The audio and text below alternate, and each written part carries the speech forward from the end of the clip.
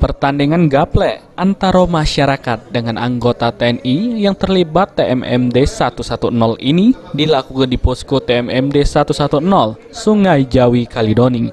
Pertandingan ini cukup disambut positif oleh masyarakat. Pasalnya, mereka bisa lebih dekat dengan anggota TNI, khususnya yang terlibat jeru program TMMD 110.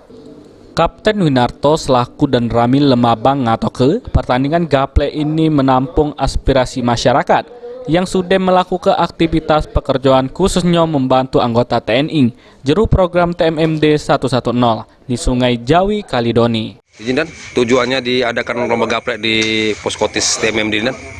Ya, ini menampung animo dari masyarakat Sungai Jawi ini karena dia mungkin merasa bekerja dari pagi sampai sore.